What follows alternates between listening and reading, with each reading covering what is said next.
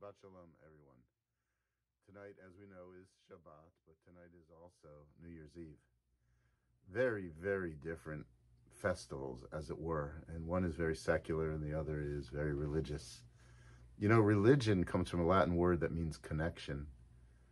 Most of the time we think about that connection as being a connection between a human being and the divine and that which is godly.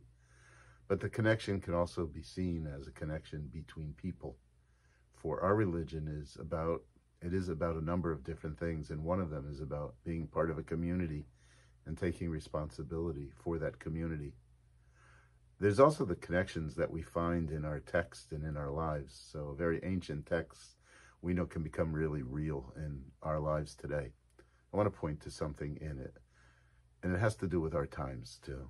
And that is this. We read in the Parsha this week that God hears Na'akat b'nei Israel, which means the murmurings and the moanings, the kreching, that deep inner pain of the people. And the commentators tell us that it's not only God that hears that, but that the people hear it from each other. They see each other's suffering and they bring comfort to each other. Next week, at the end of the reading of the 10 plagues, we're also going to read about the plague of darkness. The plague of darkness is described in the Bible as being a darkness that covers all of Egypt. But in the homes of the Hebrews, there was no darkness.